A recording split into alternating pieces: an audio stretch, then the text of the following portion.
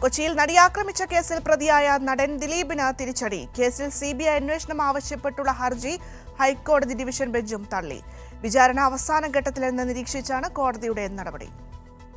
2019 നടൻ ദിലീപ് സമർപ്പിച്ച ഹർജിയിലാണ് ഡിവിഷൻ ബെഞ്ചിന്റെ ഉത്തരവ്.